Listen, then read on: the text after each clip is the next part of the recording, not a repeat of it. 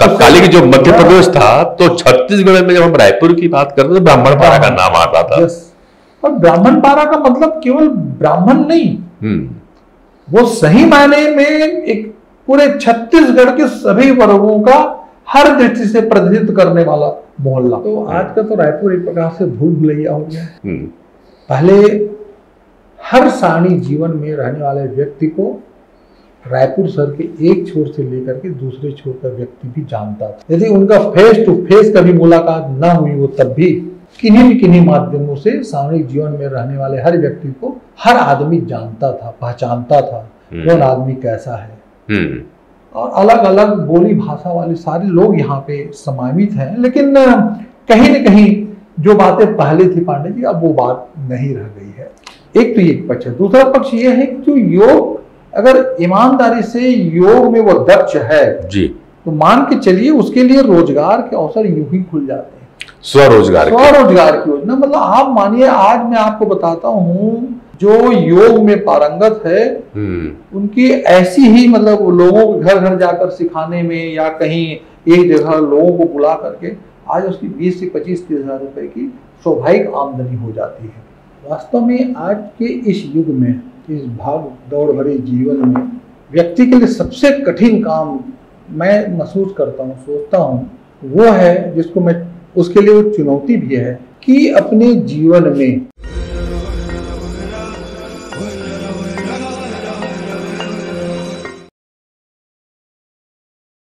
दोस्तों, ये सब आप मानते हैं और हमेशा हमारी चर्चाएं होती रहती हैं कि जिंदगी भागदौड़ भरी है, आपाधापी से भरी हुई है, और रिजल्ट आ रहा है कि हम अपनों से दूर होते चले जा रहे हैं। सुबह से लेकर के रात पर हमें केवल एक ही चीज है, रोड में घूमते रहो, दौड़ते रहो, कभी नौकरी के पीछे, कभी पैसे के पीछे। फर्क ये हुआ कि आज हमारे पास में ना तो अपने लिए समय रहा, ना परिवार के लिए समय रहा, और बिखराव होता चला जाता रहा है। समय आ चुका है लोगों को जोड़ने के लिए, एक ठहराव की, रुक जाइए थोड़ा देर, जोड़िए लोगों को। और जब जोड़ की बात होती है तो हमारे यहाँ शब्द आता है वैदिक में योग। योग वह शब्द है जो आपको अपने से जोड़ता है, परिवार को जोड़ता है, समाज को जोड़ता है, और पूरे विश्व को जोड़ता है। और उसी परिकल्पना को लेकर के सरकार ने एक आयोग का गठन कर दिया जिसका नाम है योग आयोग। और योग आयोग दिन प्रतिदिन लोगों को जोड़ में आगे बढ़ रहा है, लोगों को जीवन शैली कैसे जिया जाए उसको सिखा रहा है, और उनके नेतृत्व करता है माननीय ज्ञानेश शर्मा जी। आज हमारे मंच पर उपस्थित हैं लाइव कैंपस में। हम ज्ञानेश जी आपका अभिनंदन करते हैं, प्रणाम करते हैं और स्वागत करते हैं। निश्चित रूप से ज्ञानेश भाई, जैसे शुरुआत अभी हो ही रही थी, अपन बात ही कर रहे थे कि जो समय है ये आपाधापी का समय है, निश्चित रूप से कॉमर्शियलाइज समय हो चुका है, अर्थ प्रधान अब हमारा समाज हो गया है। हर चीज को सफलता का जो पैमाना है वो कहीं ना कहीं धन हो गया है, पैसा हो गया है, और ऐसे में लोग भागदौड़ में लगे हैं। परेशानी क्या आ रही है? परेशानी ये है कि लोग बीमार ज्यादा पड़ रहे हैं। 80 से 85% बीमारी अब साइकोसोमेटिक हो गई है, मन की हो गई है। डिसीज, टेंशन, डिप्रेशन, ये बड़े कॉमन हो चुके हैं। और वैदिक से हमारा ये कहता है, जैसे आप लोग भी कहते हैं कि थोड़ा देर ठहरना चाहिए। योग लोगों को ठहरना कैसे सिखा देता है? तुरंत में नरेंद्र भाई, एक चीज जो हमने महसूस किया, जो आप अभी अपनी बातों में कर रहे हैं, वास्तव में आज के इस युग में, इस भाग दौड़ भरे जीवन में व्यक्ति के लिए सबसे कठिन काम मैं महसूस करता हूँ, सोचता हूँ, वो है जिसको मैं, उसके लिए वो चुनौती भी है कि अपने जीवन में खुशी हासिल करना। बिल्कुल। कैसे अपने जीवन को खुशहाल बना सके, ये उसके लिए एक बहुत कठिन कार्य हो गया है, जिसको प्राप्त करना। और व्यक्ति ये जानते हुए भी कि हम जिसके पीछे भाग रहे हैं, दौड़ लगा रहे हैं, कोल्हू की बैल की तरह अपने जीवन को उसमें बिल्कुल लगा दिए हैं, खपा दिए हैं, और उसका जो अंत है, जो परिणाम है, और वो परिणाम क्या है? जीवन में अशांति जी, जीवन में सिर्फ तनाव, अवसाद, ये जो जितने हम दौड़ते जा रहे हैं, जितने हम भाग दौड़ लगा रहे हैं, मृत तृष्णा के पीछे हमारा जो वो लगा हुआ है, वो सब हमको क्या दे रहा है? केवल और केवल हताशा, निराशा, कुंठा। अगर हम पा लिए तब तो ठीक, और नहीं पाए तो फिर वो हताशा, कुंठा से हम अपने आप को, ऐसे परिस्थितियों में मुझे ऐसा लगता है कहीं न कहीं योग ही एक ऐसा सशक्त माध्यम है। यदि हम इसको ईमानदारी से अपने दिनचर्या में, अपने जीवन के दिनचर्या में उतारने का प्रयास करें, यह हम सफल हो गए, मुझे ऐसा लगता है कहीं न कहीं जिन चीजों की चर्चा हमने आपके साथ अभी कही है उस पर विराम लग सकता है। ज्ञानेंद्र जी से अपनी बेबरी, आदमी खुशी की तलाश में इतना भागा कि शांति से दूर हो गया। चाह तो खुशी रहा था, खुशी मिली नहीं, पर वह शांत हो गया है। अभी कुल मिला के गणेश जिंदगी हो गई, और स्ट्रेस और टेंशन आती चीज एक रहा। अब विगत 2 वर्ष जो हमारा समय गुजरा है कोरोना का, क्योंकि योग बताता है कि प्रकृति के करीब रहना चाहिए, और रिसर्च कह रही है कि जो कोविड जैसी महामारी हमारे पास आई, वो न कहीं हमारा प्रकृति से दूर जाना भी रहा है। तो योग आयोग जो बना, योग के तो बहुत सारे लोग हैं, योग आयोग जो बना है उसका बनाने के पीछे मुख्य उद्देश्य क्या है, और आप ऐसे अध्यक्ष क्या रोल निभा रहे हैं योग आयोग के लिए? एक बात तो जरूर है, मैं थोड़ा सा आपकी योग आयोग के परिप्रेक्ष्य में चर्चा करूं जी। आपने कोरोना की बातें कही है, एक बात बिल्कुल सत्य है। कोरोना महामारी की जो भयावह प्रकोप से कोई भी परिवार, कोई भी व्यक्ति और पूरी दुनिया जी उससे बच नहीं पाया। बिल्कुल। उस भयावह स्थिति की कल्पना मात्र से ही हम लोग, हमारे मन में नाना प्रकार के अज्ञात भय उत्पन्न हो जाते हैं मन में, कि पता नहीं तीसरा चौथा दौर की भी बातें चली, ईश्वर की कृपा रही कि हम उससे अभी तक बचे हुए हैं। बिल्कुल। और ईश्वर न करे कि वो दिन हमको पुनः देखने को मिले। लेकिन एक बात जरूर है, आपने जैसा कहा ना, कोरोना महामारी ने, मैं उसको अपने ढंग से सोचता हूँ, सकारात्मकता के तहत सोचता हूँ, तो कम से कम उस कोरोना महामारी ने हम सबको एक सबक तो जरूर सिखा गया है। आप जीवन में कितने भी संपन्न व्यक्ति क्यों न हो, आप कितने भी शक्तिशाली राष्ट्र क्यों न हो, आपके पास वैभव, धन, संपदा सब कुछ है, लेकिन यदि आप में शांति नहीं, यदि आपके अंदर में, यदि आप शारीरिक एवं मानसिक रूप से स्वस्थ नहीं है जी, तो मुझे ऐसा लगता है बाकी सब चीजें गौण है, बेमानी है। आप जब शारीरिक एवं मानसिक रूप से तंदुरुस्त रहेंगे, पुख्ता रहेंगे, स्वस्थ रहेंगे, तभी बाकी चीजों का आपके लिए महत्व है। बिल्कुल ठीक है। और ये बात हम नहीं, क्योंकि हम योग आयोग से जुड़े करके हम नहीं कह रहे हैं, आज चिकित्सा जगत ने भी इस बात को कोरोना महामारी के बाद स्वीकार कर लिया है कि स्वस्थ रहने के लिए और रहने के लिए सबसे सहज, सरल, सुलभ और कोई सशक्त माध्यम है, कोई सटीक माध्यम है, वो है केवल और केवल योग। बिल्कुल। यदि आप योग को आत्मसात कर लिए तो निश्चित मानिए आप निरोगी रहेंगे, स्वस्थ रहेंगे, और आपका जीवन पूरा मस्ती से मस्त होकर चलेगा, निपटे। बिल्कुल। आपकी इस बात के एक और कहते हैं, कुछ मैं रिसर्च पेपर पढ़ रहा था, तो कोई यूएसए की भी आई, यूरोप की भी, वहां पे हमारे जो योग की जो क्रियाएं हैं, प्राणायाम वगैरह, उसको उन्होंने पार्ट किया, और आजकल ब्रीथिंग एक्सरसाइज करवा जा रही है। आज भी सब, मैंने भी कुछ दिनों, आप लोग भी देखते होंगे, तो मैंने कुछ लोगों से पूछा, भैया आप लोग श्वास कैसे लेते हो? तो जनरली लोग छाती फुला लेते हैं, बोले श्वास जहां तक जाती है। अब उन्हें बताना पड़ा कि नहीं भैया, जब श्वास लेते हो तो पेट को बाहर आना चाहिए, श्वास छोड़ते वक्त अंदर जाना चाहिए।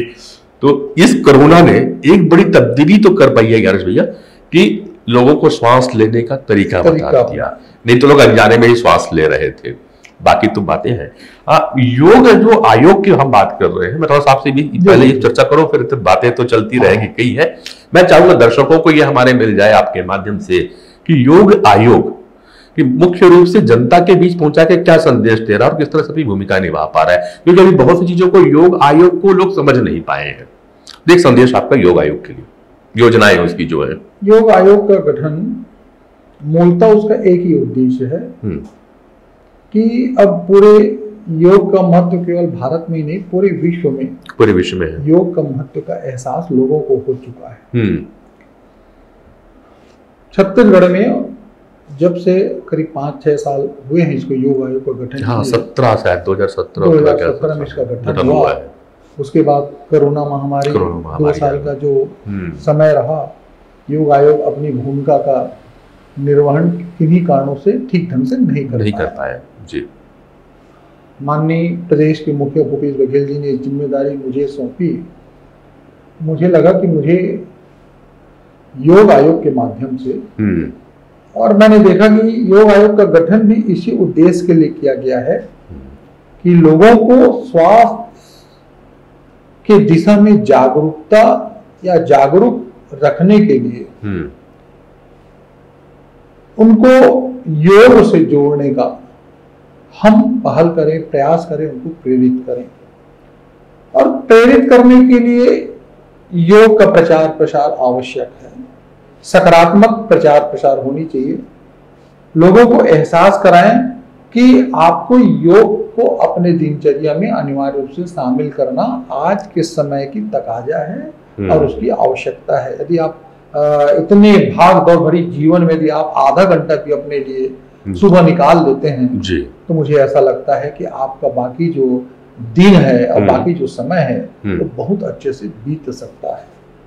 इसके लिए योग आयोग की जिम्मेदारी है, उसका दायित्व है कि वो चाहे शिविर के माध्यम से हो, चाहे प्रचार प्रसार के माध्यम से हो, विभिन्न प्रकार के सेमिनार के माध्यम से हो, लोगों की जाकर के हो, योग साधक तैयार करके उनको लोगों के बीच में हम ये प्रयास करें कि आप चाहिए लोगों को प्रेरित करिए, चाहे जिस भी तरीके से हो। आजकल आपने खुद महसूस किया होगा पांडे जी कि पहले जो उद्यान हुआ करते थे जी, वो केवल लोगों के लिए मनोरंजन का साधन बना हुआ करता था। जी हाँ, बिल्कुल। लेकिन आज परिस्थितियां बदल गई हैं। बिल्कुल। आप लोगों के लिए उद्यान मनोरंजन का साधन कम और स्वास्थ्यगत कारणों से कहीं ज्यादा जाते हैं। आप देखेंगे लोग वहां पे जाएंगे तो 90% लोग मॉर्निंग वॉक करते हुए दिखेंगे आपको, है ना, इवनिंग वॉक करते हुए देखेंगे। एक्सरसाइज के लिए वहां पे मशीन लगा हुआ उसका उपयोग करेंगे। लोग लॉन में योग करते हुए तो अब लोगों के सोच में बदलाव आ गया है। बिल्कुल। तो हम लोगों ने योग आयोग की जिम्मेदारी जब हमको मिली तो हमने पूरी टीमों के साथ बैठक करके और विषय विशेषज्ञों को बुला करके एक हमने चर्चा की हम कैसे योग को जन जन तक कैसे पहुंचाएं। ठीक है। तो एक सुझाव आया और अंत में हम निर्णय में पहुंचे कि जितने भी प्रथम चरण में जितने उद्यान हैं उन उद्यानों में हम अपने ट्रेनर उपलब्ध करा करके जो वहां लोग घूमते हैं, मॉर्निंग वॉक करते हैं, अन्य एक्सरसाइज वगैरह करते हैं, उनको हम प्रेरित करें कि आप आइए और इनके साथ आधा घंटा योग भी करिए। योग में करिए। और आपको ये जान के बड़ा सुखद आश्चर्य होगा कि आज हमने योग आयोग के माध्यम से लगभग 40 ऐसे जगहों का चयन किया जिसमें 30 केवल रायपुर शहर में। अच्छा। जितने भी बड़े उद्यान हैं योग आयोग के माध्यम से हम लोगों ने वहां पे एक निःशुल्क नियमित शिविर की शुरुआत। बिल्कुल बिल्कुल बिल्कुल। जितने भी बड़े उद्यान है वहां पे आप देखेंगे 40-50 ऑक्सीजोन है, गांधी उद्यान है, इन सारी जगहों में। बिल्कुल। आज ही मैं यहाँ पे साई उद्यान है टैगोर नगर में, उसका भी उद्घाटन हुआ है। तो ये हमने सार्वजनिक जगहों का प्रथम चरण में उसका चयन किया है, जहां लोग स्वाभाविक रूप से आते हैं जी। और वहां पे हमने इस प्रकार के शिविरों के माध्यम से लोगों को प्रेरित करने का प्रयास किया और उसमें हम बहुत हद तक सफल भी रहे। चलिए, ये योग आयोग की बात हो गई, योग आयोग अध्यक्ष की बात हो गई, इनका क्रम चलेगा। हम बात करेंगे अब ज्ञानेश शर्मा जी के बारे में भी। तो ज्ञानेश जी, ये तो योग आयोग की आपने बात कर ली। ज्ञानेश जी को कब लगा कि योग की ओर झुक जाना चाहिए? पहले तो योग पे तो नहीं रहे होंगे, क्योंकि हर युवा योग पे नहीं जाता है। नहीं, मैं 1998 से 1998 में 1998 जब आर्ट ऑफ लिविंग का यहाँ पे शिविर लगा हुआ करता था, पंडित श्री रविशंकर शुक्ला, रविशंकर महाराज जी का प्रियदर्शनी नगर में 7 दिवसीय वहाँ पे शिविर लगा था जी। तो मैं और मेरे एक मित्र पांडे जी, हम दोनों वहाँ पे उस शिविर में 7 दिन तक वहाँ भाग लिए। अच्छा। और मैंने वहाँ पे योगाभ्यास सीखा। फिर मैंने धीरे धीरे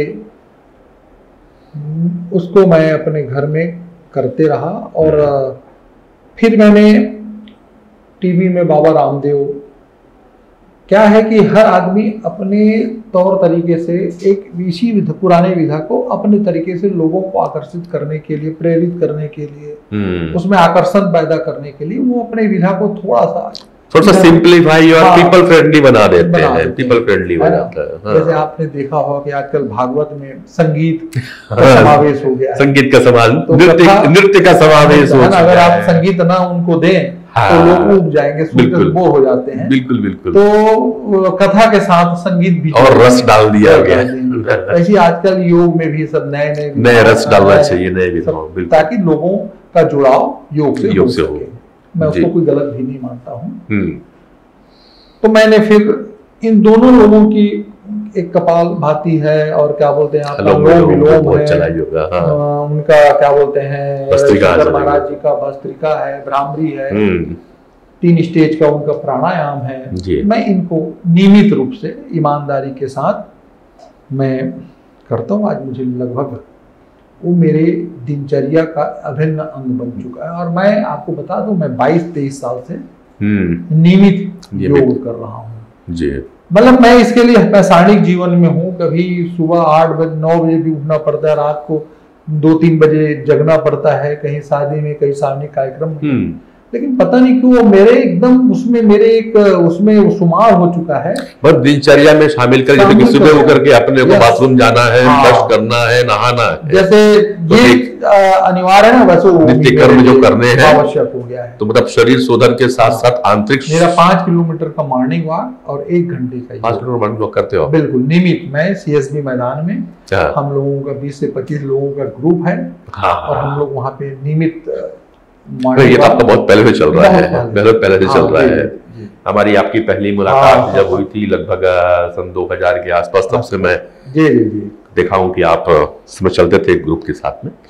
तो हम योग की तरह एक चीज और लेंगे, जबकि सार्वजनिक जीवन है, जब कह रहे हैं सार्वजनिक जीवन में जो युवा वर्ग होता है, मैं युवा की ओर चल रहा हूँ। हम लोग इस समय आकर के, जब एक उम्र आती है, उस उम्र में आकर के लोगों को तो अध्यात्म की ओर, योग के ऊपर ध्यान वैसे ही चला जाता है।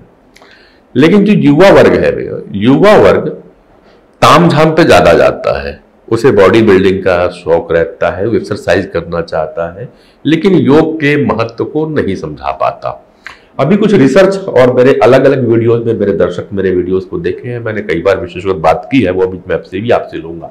कई बार होता है कि हमने भी सुना और आपने भी देखा हो कि जिम ट्रेनर जैसे लोगों की दुर्घटनावश मौत हुई है, दुखद रहा। ऐसा क्या है और हम ऐसा क्या प्रयास करें कि युवा वर्ग को योग के प्रति आकर्षित करें? कुछ योग आयोग की ऐसी कुछ योजनाएं? बिल्कुल, आपने बहुत ही सही और सटीक प्रश्न आपने आज के समय के लिए समसामयिक है, उसको आपने उठाया है। मुझे ऐसा लगता है कि वास्तव में हमको योग की जो आदत है वो बचपने से ही कम उम्र के बच्चों में इसको डालने की आवश्यकता है, ताकि एक बार कहीं वो आदत डल जाए तो मुझे नहीं लगता कि फिर आगे हमको उनके बारे में किसी प्रकार की सोचने समझने की जरूरत पड़ी। यही कारण है कि हम योग आयोग में सरकार से भी, हमारी साधारण सभा की जो बैठकें होती हैं जी, उसमें हमारे संबंधित विभागीय मंत्री भेड़िया जी के साथ हम लोगों ने विभिन्न विभागों के जो अधिकारियों के साथ एक सामूहिक निर्णय लिया है कि योग स्कूलों में अनिवार्य रूप से प्रारंभ किए जाएं। तभी सरकार ने प्रारंभिक दौर में शनिवार के बिना बस्ते के और अन्य खेल कूद गतिविधियों के साथ योग को भी उसमें शामिल किया। योग आयोग का ये पहल होगा और हम ईमानदारी से प्रयास करने में लगे हुए हैं कि आगामी सत्र से कम योग अनिवार्य रूप से बच्चों के पाठ्यक्रम में शामिल हो जाए। बहुत और बच्चे स्कूल आने क्लास में आने के पहले आधा घंटा योग का अभ्यास कर ले। ये हम लोगों का एक प्रयास है और इसकी शुरुआत कम से कम शनिवार को तो अनिवार्य रूप से योग से ही हो। इस दिशा में योग आयोग बहुत ईमानदारी के साथ लगा हुआ है, जुटा हुआ है और मैं अभी बहुत जल्द माननीय शिक्षा मंत्री जी से मिलूंगा, उनसे भी आग्रह करूंगा कि आप अगले सत्र में इसको अनिवार्य रूप से योग को पाठ्यक्रम में भी और प्रैक्टिकल जो पार्ट है, क्योंकि याद होगा जब अपन लोग स्कूल पढ़ते थे प्राइमरी वगैरह मिडिल स्कूल तक तो हमको याद है पीटी कराई जाती थी और उसमें योग के ही आसन होते थे, मुख्य प्रकार से हल्के फुल्के श्वास का है, हाथ ऊपर करना नीचे करने के व्यायाम के तहत पे जिस चीज के लिए जिसको देख करके हम लोग भगते थे आज उसको हम लोग मैं जो आपसे प्रश्न किया वही चीज को किया कि जब हम लोग को मिडिल स्कूल में कराया जाता था वो हम लोग जानबूझ के उस दिन स्कूल छोड़ देना या जानबूझ के लेट आना करते थे और आज इस उम्र के पड़ाव में जब आते हैं तो लगता है कि नहीं वो एक दिनचर्या में शामिल, हालांकि आप भी खेल कूद में रहे और हम भी खेल कूद में रहे, उसमें आनंद आता था कि हमको फुटबॉल खिला दिया, क्रिकेट खिला दो तो आनंद आता है। तो मैं भी जब मॉर्निंग वॉक पे निकलता हूँ, रनिंग करता हूँ तो उस तरह मैं देखता हूँ कि बच्चों को खेलने में ज्यादा मजा आता है, मगर जब हम योग की क्लासेस चला रहे हो मैदान पे तो युवा नहीं आ पाते हैं। तो एक तो आपका ये पहल तो आ गया कि स्कूलों में चालू करना चाहिए, पाठ्यक्रम में शुरू कर दी है ना। मुझे नहीं ऐसा लगता कि वो पूरा जीवन भर योग को आत्मसात करके रखेगा, हमेशा निरंतर वो अपने दिनचर्या में योग को शामिल करके रखेगा। बस आवश्यकता इस बात की शुरुआत स्कूलों से हो जाए, स्कूलों से, प्राइमरी स्कूल से ही चालू कर देना चाहिए। प्राइमरी स्कूल से ना हो तो मिडिल स्कूल से चालू हो जाए।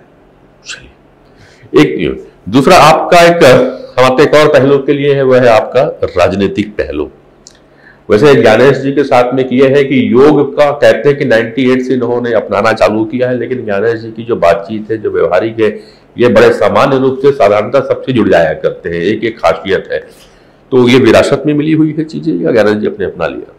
पॉजिटिव हेल्थ जोन बीमारियों से स्वास्थ्य की ओर एक अनूठी पहल, जहां वैदिक विज्ञान को मॉडर्न मेडिसिन के साथ इंटीग्रेट कर विश्व स्तरीय जीडीवी स्कैन मशीन द्वारा आपका बायोफील्ड, सातों ऊर्जा चक्रों का अलाइनमेंट एवं चक्रों और फिजिकल ऑर्गन्स में ऊर्जा के प्रवाह को चेक कर कंप्लीट हेल्थ एनालिसिस किया जाता है। वेदा पल्स मशीन द्वारा आपकी प्रकृति और विकृति का पता लगाकर सप्त धातु पंच तत्वों के संतुलन की जांच द्वारा बीमारियों के रूट कॉज का पता लगाकर डाइट, थेरेपी एवं डे रूटीन प्लान और साइको न्यूरोबिक टेक्निक द्वारा आपको संपूर्ण स्वास्थ्य की ओर ले जाया जाता है। अपना लिया क्या है, अब जिस युवा वर्ग की बात की है, हम लोग हमारे पूरा बचपना ब्राह्मणपारा रायपुर से, वहाँ पे छात्र राजनीति का बड़ा बोलबाला रहता था और हम लोग जहाँ से शुरुआत की है ब्राह्मणपारा से, चाहे छात्र राजनीति की हो, तो स्वाभाविक है एक जो मेल जोल का काम है, मित्रता का काम है, संबंध बनाने का जो वो था। और आप इस बात को भी जानते हैं कि छात्र राजनीति जो होती है वो सामूहिक जीवन या राजनीति की प्रकार से प्राथमिक शाला हुआ करती है। यदि आप उसमें थोड़ा सा भी दक्ष हो गए तो आपको एक नया अनुभव मिलता है और उस अनुभव के आधार पर आप अपने बाकी जो समय है आगे का उसको बहुत अच्छे से व्यवहारिकता के साथ, सकारात्मकता के साथ, मधुरता के साथ संबंध को बना करके आप चले जाते हो। और यही कारण आप देखेंगे बहुत सारे, अब तो छात्र राजनीति लगभग समाप्त हो गई है। पुराने जितने भी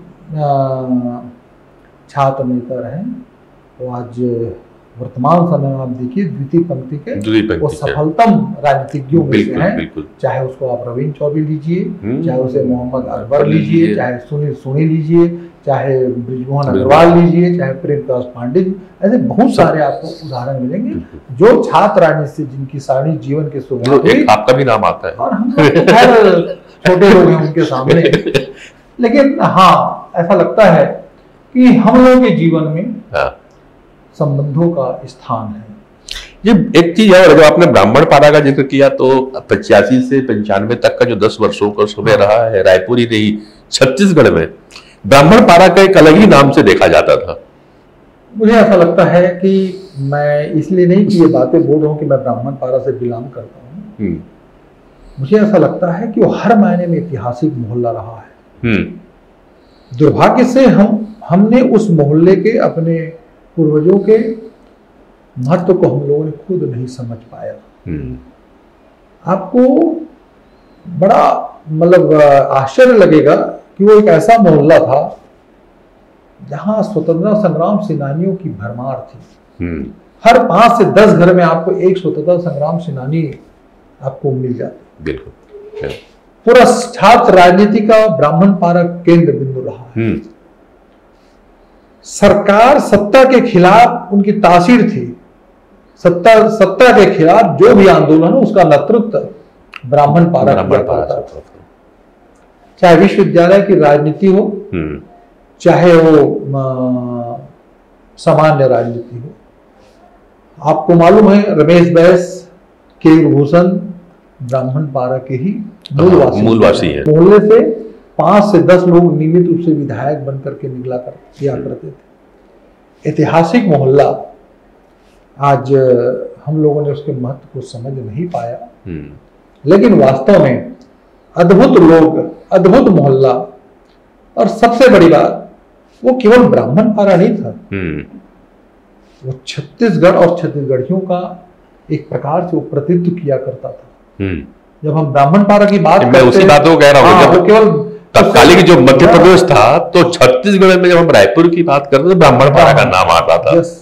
और ब्राह्मण पारा का मतलब केवल ब्राह्मण नहीं, वो सही मायने में एक पूरे छत्तीसगढ़ के सभी वर्गों का हर दृष्टि से प्रतिनिधित्व करने वाला मोहल्ला, अद्भुत मोहल्ला। और वास्तव में मुझे ऐसा लगता है कि जितनी उसकी प्रासंगिकता छत्तीसगढ़ राज्य बनने के पहले थी, आज लगभग वो छत्तीसगढ़ राज्य बनने के बाद, इवन छत्तीसगढ़ राज्य बनने के लिए जो आंदोलन की शुरुआत हुई जी, वो भी उसका भी केंद्र बिंदु ब्राह्मण पारा ही था। हर, मैं कह रहा हूँ, हर आंदोलन में बैठक होती थी, तो चाहे वो कुर्मी बोर्डिंग ब्राह्मण पारा का, चाहे वो सुहागा मंदिर हो, चाहे पंडित रामदयाल तिवारी स्कूल हो, चाहे बाल समाज पुस्तकालय भवन हो, चाहे आनंद समाज लाइब्रेरी, ये अपने आप में। चलो अतीत के उसमें चले हैं आप, तो मैं एक और लूंगा कि अतीत का जो रायपुर था, वह रायपुर जो आपकी छात्र जीवन का था, और आज के रायपुर में आप क्या खोया हुआ पा रहे हो? अब तो आज का तो रायपुर एक प्रकार से भूल भुलैया हो गया है। पहले हर सारणी जीवन में रहने वाले व्यक्ति को रायपुर शहर के एक छोर से लेकर के दूसरे छोर का व्यक्ति भी जानता था। यदि उनका फेस टू फेस कभी मुलाकात ना हुई हो, तब भी किन्हीं माध्यमों से सामूहिक जीवन में रहने वाले हर व्यक्ति को हर आदमी जानता था, पहचानता था कौन आदमी कैसा है। आज तो ऐसा है कि आज मोहल्ले में उसकी पहचान गायब है। लोग नहीं जान पा रहे हैं कि ये हमारे मोहल्ले में रहता है कि नहीं रहता है, ये किस मोहल्ले का है। समाचार पत्रों में ऐसे 2-4 लोगों को अवसर मिल जाता है, मीडिया के माध्यम से लोग उनको जान जाते हैं। अदरवाइज अब लगभग वो बातें नहीं रह गई है। अब तो ये महानगरी संस्कृति का स्वरूप धारण कर रहा है। रायपुर महानगर जो है राजधानी है, और इस शहर में सभी प्रकार के संस्कृति के लोग, सभी प्रकार के धर्म के लोग, सभी प्रकार के जाति के लोग और अलग अलग बोली भाषा वाले सारे लोग यहाँ पे समावित हैं। लेकिन कहीं न कहीं जो बातें पहले थी पांडे जी, अब वो बात नहीं रह गई है, और उसका अफसोस भी होता है। लेकिन ये सब परिस्थिति जन है और परिस्थिति है तो परिवर्तन होगा। जो आपने कहा कि एक समय था कि एक कोने से दूसरे कोने तक लोग एक दूसरे को जानते थे, जबकि उस समय उतने संसाधन नहीं हुआ करते थे। आज हम संचार का माध्यम नहीं हुआ करता। मैं वही इन्फॉर्मेशन, आज इन्फॉर्मेशन बहुत सारे के माध्यम हमारे पास बहुत सारे हैं, लेकिन शायद अब हम अपनों से दूर चलते चले जा रहे हैं। एक ये पीड़ा आपकी भी दिख गई है। ज्ञानेश भैया, एक जरूरत है, अगर बातों को मैं अंतिम मोड़ पे ले चलता हूं समय की, है कि यदि अब आपके पास में योजनाएं बनाने का पावर है, एक तो आपने कहा कि मैं कोशिश करूंगा और शिक्षा मंत्री से कि योग शामिल हो जाए, जिस प्रकार से जो समय संकुचित होता चला जा रहा है, लोग अपने आप को केंद्र के अंदर डालते चले जा रहे हैं, जो समाज में घुल मिल करके बैठते, जैसे अभी आपने कहा कि ब्राह्मण पारा का वह दिन किसी न किसी मंदिर में, किसी भवन में बैठ करके योजनाएं बनती थी। भैया अब मंदिरों में बैठना कम हो गया है, चौपाल लगती नहीं है, भवन में लोगों की उपस्थिति बहुत कम हो जाती है। आप जीवन देख रहे हैं, मोबाइल में 4 बार शायद बुलाना पड़ता, तब आपके पास लोग पहुंचते हैं। योग आयोग के माध्यम से और एक समाज, क्योंकि आप बहुत सारे संगठन को भी रिप्रेजेंट करते हैं, जी। ऐसा कौन सा दिमाग में चीज आता है कि ये चीज मुझे करनी चाहिए भविष्य में? एक स्कूल की बात आपने कर ली योग कि लोगों को मैं और जोड़ पाऊं, क्योंकि मैं ज्ञानेश शर्मा को इसी बात से लेता हूं, वो एक योग प्राकृतिक रूप से योग है उनके अंदर में, जो लोगों को व्यवहारिकता बनाकर रखी, लोगों को जोड़ कर रखी है। ज्ञानेश जी का ऐसा क्या चीज हो सकता है कि जुड़ जाना चाहिए? मुझे ऐसा लगता है कि पांडे जी, एक तो योग आयोग की जिम्मेदारी मिली, दायित्वों का तो निर्वहन करना ही करना है। और आज के समय में, जैसे मैंने पहले भी कहा, आज के लिए व्यक्ति के लिए सबसे बड़ा उसका कोई अमूल्य धरोहर है तो सही मायने में स्वास्थ्य है। बिल्कुल। इसको हमको पंचायत स्तर से इसकी शुरुआत करने की आवश्यकता है। पंचायत और पार्षदीय स्तर दोनों, अपने शहर की भी बात हो जाए तो वार्ड और पंचायत जी, यहाँ से लोगों को शुरुआत करें। और मुझे ऐसा लगता है कि योगी जो होता है, एक बार जो योग का साधक बन गया तो बहुत सारे विकारों से, दुर्गुणों से वो स्वाभाविक रूप से अलग हो जाता है। तो ये चीज उनके अंदर हमको समाहित करना आवश्यक है। ठीक है। योग को उसके अंदर डालना, और योग सीखे, और एक बार कहीं फिर उनकी अपनी अलग दुनिया होती है, वो अनुशासित होते हैं, संयमित होते हैं। अच्छा, योग अनुशासन ही सिखाता है, मेरे ख्याल से अनुशासन का ही नाम सिखाता है। और योग करने वाले व्यक्तिगण में एक दूसरे से जुड़ने की, संबंध बनाने की एक भावना भी हुआ करती है, जिसको उदाहरण भी आपने दिया कि आज लोग पार्क में इकट्ठे होने लगे हैं, गार्डन में इकट्ठा होने लगे हैं। तो वो जो एकाकीपन था, जब आप गार्डन में आते और मिलकर योग करते, 4 नए दोस्त अपने आप बन जाते हैं, जिनको शायद हम कभी नहीं पहचानते, और शायद उनसे मिलने के लिए हमें फोन नहीं करना पड़ता, क्योंकि निश्चित बिल्कुल समय में पहुंच जाते हैं, निश्चित समय पहुंच जाते हैं, तो आपको फोन की भी आवश्यकता नहीं है। तो योग आपको वाकई एक जीवन सिखाता है। अब इसके बाद एक और चलूंगा कि आज बहुत सारे विश्वविद्यालय और कॉलेज भी हो गए जहां पे शिक्षाएं होने लगी है, लेकिन सरकार के पास कोई ऐसी योजनाएं हैं कि उनको हम क्या बोलते हैं, रोजगारोन्मुखी बना सके, उनके लिए वो आर्थिक का साधन भी हो। डिग्रियां लेकर लोग बाहर निकलते जा रहे हैं, आप योग आयोग भी ट्रेंड कर रहा है, लेकिन साथ में कहीं बेरोजगारी भी, उसको लोग रोजगार से जोड़े तो बेरोजगारी बढ़ रही है। इसके लिए कोई योजनाएं आने वाले समय में? देखिए, एक बात बहुत अच्छा आपने प्रश्न किया, और जितने भी डिप्लोमा डिग्रीधारी जो आज के युवक हैं, वो योग का डिग्री लिए, उनको ऐसा लगता है कि हमारे लिए नौकरी के अवसर होने चाहिए। हाँ। लेकिन अभी इतना जो सोचते हैं वो इतना सहज नहीं है। लेकिन सरकार की भी योजना आने वाले समय में आपको दिखेगा कि हर स्कूलों में, हर शैक्षणिक संस्थानों में योग का एक इंस्ट्रक्टर की नियुक्ति होने वाली है। सरकार इस दिशा में कहीं न कहीं पहल करेगी, मुझे पूरा विश्वास है। एक तो ये पक्ष है। दूसरा पक्ष ये है कि जो योग, अगर ईमानदारी से योग में वो दक्ष है जी, तो मान के चलिए उसके लिए रोजगार के अवसर यूं ही खुल जाते हैं। स्वरोजगार की योजना, मतलब आप मानिए, आज मैं आपको बताता हूँ, जो योग में पारंगत है उनकी ऐसी ही, मतलब लोगों को घर घर जाकर सिखाने में, या कहीं एक जगह लोगों को बुला करके, आज उसकी 20 से 25-30 हज़ार रुपए की स्वाभाविक आमदनी हो जाती है। लोगों का झुकाव और लगाव योग की ओर बढ़ा है। वो भी चाहते हैं कि हमको एक कोई दक्ष योग का टीचर मिल जाए तो हम उनको बुला करके योग सीखें जी। तो अभी यहाँ अपार संभावनाएं हैं योग की दिशा में, केवल नौकरी ही नहीं, नौकरी के क्षेत्र में भी आने वाले समय में आपको दिखेंगे योग के अवसर, योग के आपको नौकरी के अवसर मिलेंगे देखने को। साथ ही साथ ये एक स्वरोजगार का भी एक सशक्त माध्यम है। बिल्कुल। तो मुझे ऐसा लगता है कि अभी, और मैं तो बोलता हूं यदि आप उसको भी परे रख दें तो आपके अंदर में वो योग यदि आप करते हैं, योग की डिग्री और डिप्लोमा लेकर के आप ईमानदारी से खुद योग करते हैं ना, तो आपके अंदर में इतना ज्यादा मतलब एनर्जी आ जाती है, तो आपके बाकी सब चीजें आपके लिए गौण हो जाएगा। चलो मैं आपके बारे में दो प्रकार से सिंपलीफाई समझा दूं, जो आपका शायद कहने का ये है कि एक तो योग सीख लिया, जी जी जी, योग सीखने से आप सरकार के लिए अपेक्षा करें कि रोजगार मिलेगा, तो उसकी सरकार योजनाएं बना रही है। दूसरी बात ज्ञानेश जी कहते हैं कि ठीक है नहीं मिलता है तो आप स्वरोजगार की ओर आगे बढ़ सकते हैं, आप एक वेल ट्रेन हो तो अपने आप को प्रमोट करिए। लोग आज योग सीखना चाह रहे हैं। आज हम योग के माध्यम से 50 इंस्ट्रक्टर रखे हुए हैं, तो रखे लोग 1 घंटा के लिए उनको 8,000 रुपए भुगतान करते हैं। हम तो अभी आपके माध्यम से कहना भी चाहते हैं जी कि आप यदि चाहते हैं कि आपको रोजगार, तो मैं तो आपको 1-2 घंटे में भारत सरकार ने जो मापदंड निर्धारित किया है, जिसमें छत्तीसगढ़ सरकार की सहमति है, आपको 8,000 रुपया महीना मिले। आप केवल 50 लोगों को इकट्ठा करिए और आप उनको 1 घंटा योग कराइए। योग आयोग आपको योग आयोग की ओर से आपकी नियुक्ति हम कर देंगे और आपको नियमित हर माह ये 8,000 रुपया मिलने लगेगा। आप पहल तो करिए। पहल तो रोजगार की कमी नहीं है। ये जो आरोप लगाया जाता है कि हम योग पढ़ा दिया गया, सिखा दिया गया है और रोजगार नहीं मिल रहा है, तो यहाँ पे एक प्रयास योग आयोग के माध्यम से है। ऐसे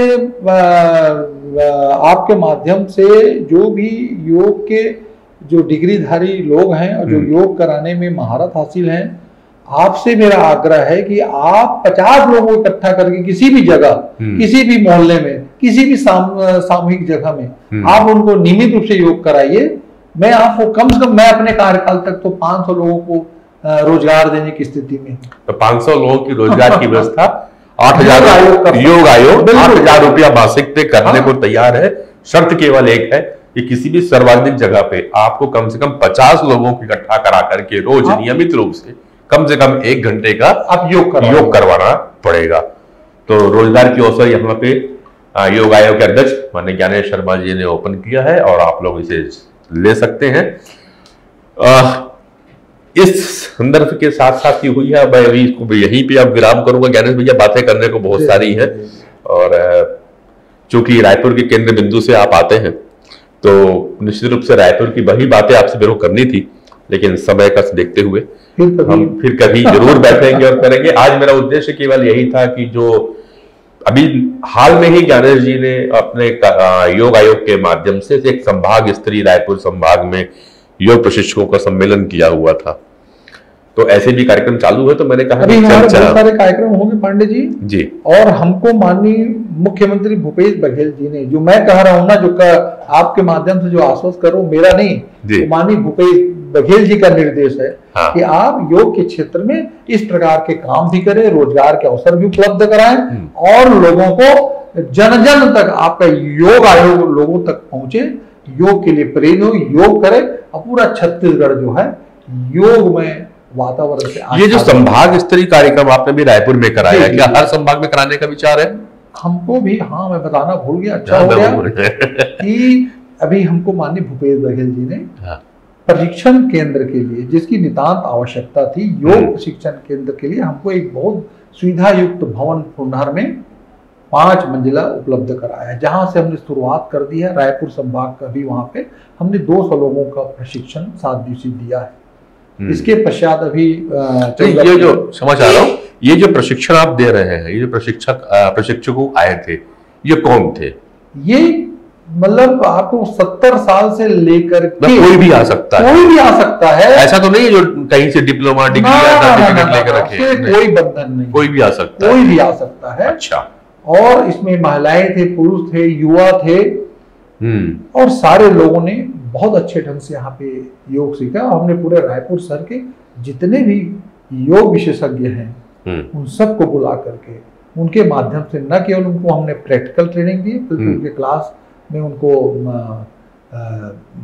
योग से संबंधित जो भी सैद्धांतिक जो विषय होते हैं उनको भी हमने उनको सिखाया है। और आने वाले समय में इनका आपको उत्कृष्ट स्वरूप आपको देखने को मिलेगा। मुझे ऐसा लगता है कि वो योग जो प्रशिक्षण केंद्र है एक मील का पत्थर साबित होगा पूरे छत्तीसगढ़ में योग के कार्य को जन जन तक पहुंचाने के। तो ये जो संभाग स्तरीय जो कार्यक्रम है, ये आगे भी और भी संभागों में आप जाके करवाएंगे या सारे संभाग के लोगों को यहाँ हम अभी बुला रहे हैं और ये अनवरत चलने वाला हमारा कार्यक्रम रहेगा। हम अभी रायपुर के बाद बिलासपुर संभाग, फिर बस्तर संभाग, दुर्ग संभाग, फिर अंबिकापुर संभाग, उसके बाद इसको हम जिला स्तर पे शुरू करने वाले हैं। जिला स्तर के पश्चात फिर ब्लॉक स्तर पे शुरू करेंगे। क्या बात। तो और हमारा लक्ष्य है 1 साल के अंदर में कम से कम हम विभिन्न माध्यमों से 5000 लोगों को एकदम मास्टर ट्रेनर के रूप में तैयार करते हैं, लोगों तक पहुंचाएं।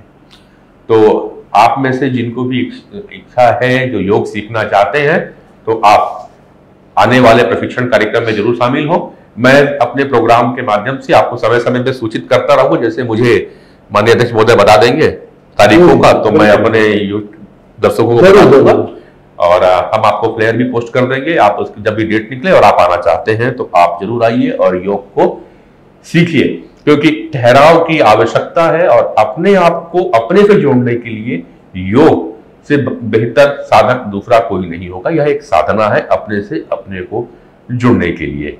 तो भाग दौड़ तो बहुत होगी, अर्थ कमाना जरूरी है, लेकिन कुछ पल ठहर करके अपने साथ बिताना भी जरूरी है।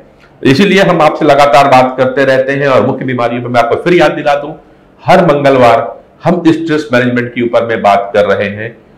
भारत के जाने माने महिला criminal psychologist doctor Shubhra Sanyal मौजूद होती हैं, doctor Anil Gupta holistic consultant और शशिकांत राजपूत जो कि एक साइकेट्रिक है। इस टीम के साथ हम बैठते हैं आपके मनोविकारों को दूर करने के लिए। तो जिन्हें भी कुछ प्रकार की समस्याएं हैं, जिन्हें लगता है कि उन्हें कुछ तनाव रहता है, स्ट्रेस रहता है, आप मुझे मेरे कार्यक्रम के लिए एनरोल करवा सकते हैं। अगली बार मैं किसी और विशेषज्ञ के साथ और किसी गेस्ट के साथ में फिर आपके साथ होऊंगा रूबरू। तब तक के लिए हम आपसे अनुमति चाहते हैं। नमस्कार डॉक्टर। और भैया ज्ञानेश जी, आपने बहुत सारी जानकारी दी और सबसे महत्वपूर्ण जानकारी जो आपने मुझे बतलाई वो एक चीज दो प्रमुख रहा कि किसी को चिंता करने की जरूरत नहीं है। सरकार योग सबके योग जितने भी योग ट्रेनर हैं सबके विषय में सोच रही है। आप अपने लिए एक समय निकाल करके प्रयास तो करिए। और दूसरा आम पब्लिक के लिए है कि जिन्हें योग सीखना है तो योग आयोग ने अब संभाग स्तरीय, फिर जिला स्तरीय और उसके बाद ब्लॉक स्तरीय भी योग प्रशिक्षण शिविरों का आयोजन कर रही है। आप योग आयोग से संपर्क कर सकते हैं और अगर आपको लगता है तो मैं भी आपकी मदद कर पाऊंगा ज्ञानेश जी से समय लेते हुए कि कब कब कार्यक्रम हो रहा है। तो आपका बहुत बहुत आभार, आप हमारे कार्यक्रम में आए ज्ञानेश जी।